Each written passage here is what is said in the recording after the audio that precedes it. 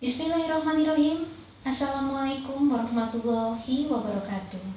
Salam sejahtera untuk kita semua. Selamat pagi saya ucapkan kepada Bapak Haji Bejo Santoso, MT PhD, dan seluruh dosen Universitas Unisula. Dan salam sehat buat rekan mahasiswa-mahasiswi program sarjana, pasca sarjana Universitas Sultan Agung Semarang. Perkenalkan, nama saya Enita Fatmawati, mahasiswi program pasca sarjana Universitas Sultan Agung. Saya bekerja di program pemberdayaan masyarakat Kementerian Desa, Pembangunan Daerah Tertinggal, dan Transmigrasi Semarang. Ayah kita tiap hari terus bekerja. Ayah yang kuat, cintanya hangat. Selamat belajar kita semua. Semoga kita tetap semangat. Apa kamu pernah mendengar istilah artificial intelligence? Artificial intelligence atau kecerdasan buatan adalah mesin yang diprogram untuk berpikir maupun bertindak seperti manusia. Ada dua komponen utama dalam pengembangan AI, yaitu big data dan computing power. Contoh penerapannya pun beragam, seperti chatbot, verifikasi wajah, fitur personal assistant, Oke Google, call root. recommendation engine, dan self-driving and parking vehicles. Lalu, bagaimana penerapan artificial intelligence di Indonesia? Menurut riset dari Microsoft bersama dengan firma riset IDC tahun 2019, hanya 14% perusahaan Indonesia yang sudah mengadopsi AI. Selanjutnya, menurut Oxford Insight, angka kesiapan adaptasi AI di pemerintahan Indonesia berada di peringkat 5 se-Asia Tenggara. Terdapat beberapa kendala dalam penerapan AI di Indonesia, seperti pengelolaan big data dan mindset inovasi. Untuk mengatasinya, SDM Indonesia perlu memiliki 3 skills utama, yaitu kemampuan analitis, pengambilan inisiatif, dan tentunya keterampilan IT. Bagaimana? Siapkah kamu untuk menghadapi tantangan ini?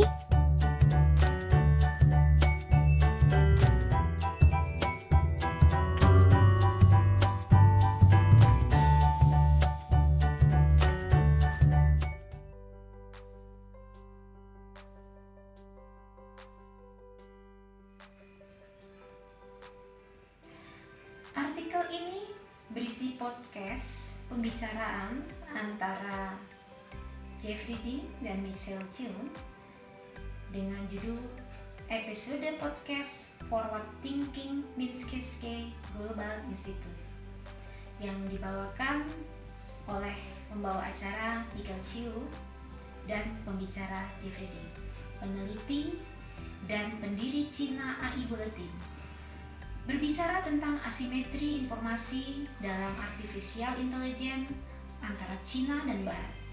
Mereka membahas pentingnya sebuah data dan pentingnya artificial intelligence dan apa artinya bagi persaingan global.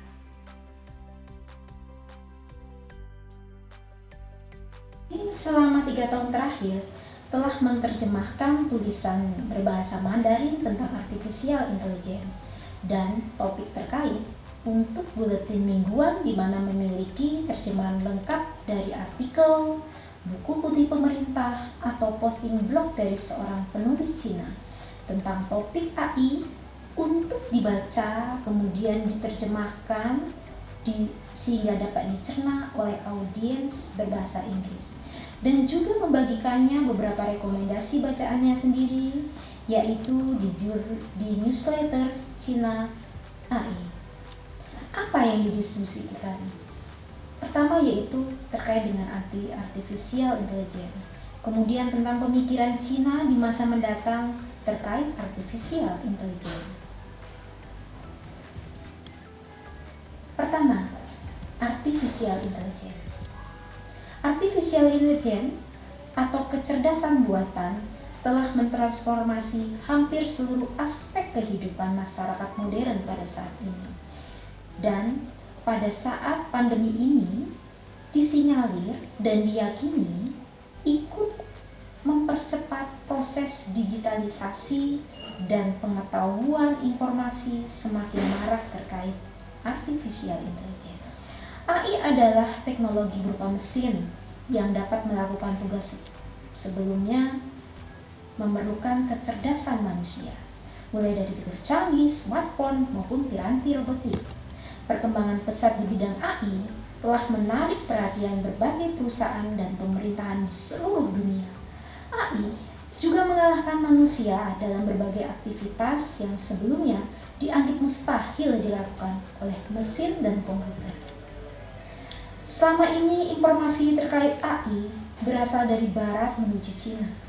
Dalam hal ini, Jeffrey Dean berusaha memperkenalkan AI Cina dengan cara menerjemahkan tulisan berbahasa Mandarin tentang AI dan topik terkait di buletin mingguan, artikel, detik pemerintah, atau posting blog dari seorang penulis Cina untuk kemudian dibaca, diterjemahkan, dan dicerna untuk audiens berbahasa Inggris, dan juga membagikannya beberapa rekomendasi bacaannya sendiri diupload pada newsletter Cina AI. Latar belakang Jeffrey Dean memperkenalkan AI dari Cina dengan menyatakan bahwa pertama, Cina adalah negara dengan pengguna data terbanyak di dunia, dengan jumlah penduduk yang terbanyak juga di dunia, yang belum tentu terotomatis di suatu teknologi. Yang kedua, walaupun Cina mempunyai banyak data, tapi privasi keamanan data merupakan hal yang dikhawatirkan tidak terjaga. Ketiga, AI adalah suatu teknologi umum yang bisa dimanfaatkan untuk memaksimalkan manfaat data dengan tetap menjaga privasi seperti yang telah dilakukan oleh perusahaan Cina, misalnya Huawei dan JD.com. Kedua, pemikiran Cina di masa yang datang terkait artificial intelligence. Terkait persaingan antara Cina dan Amerika Serikat sudah terjadi cukup lama dalam beberapa dekade sekarang ini. Hal tersebut juga sudah banyak dilakukan ulasan-ulasan dan diberitakan di banyak tempat.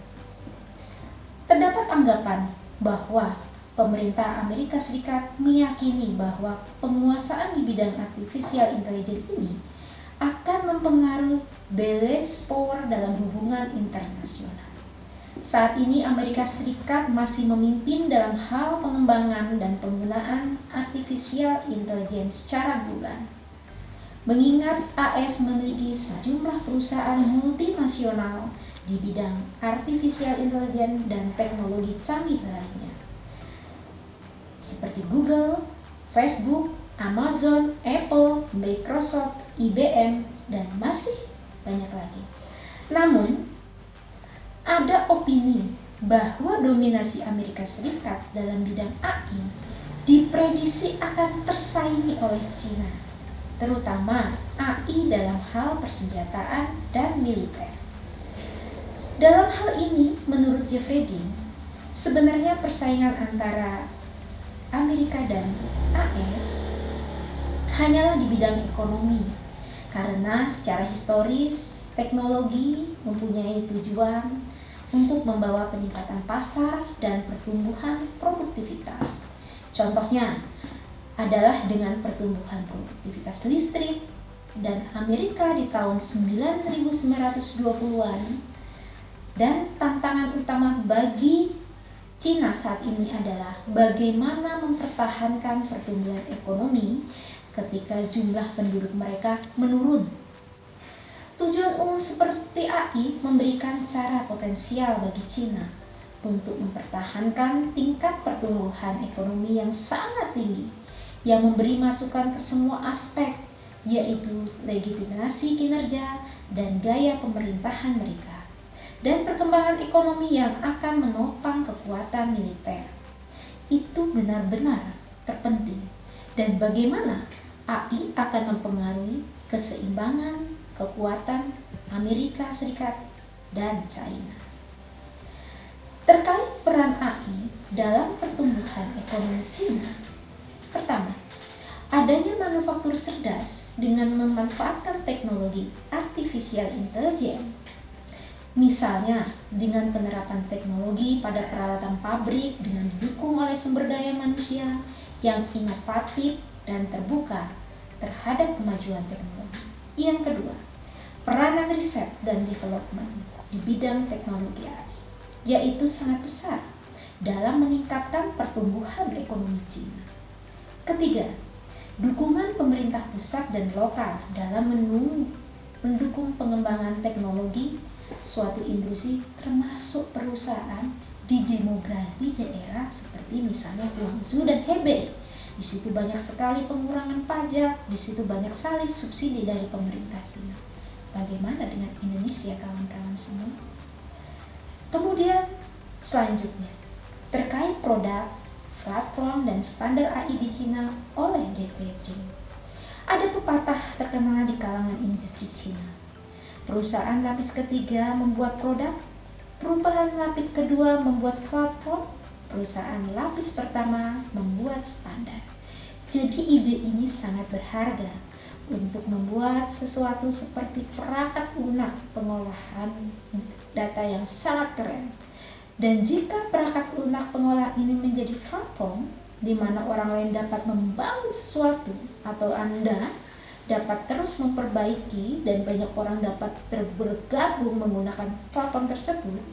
Dan kemudian benar-benar penting adalah jika platform itu menjadi standar seperti Microsoft Word, sehingga satu dengan yang lainnya saling membutuhkan.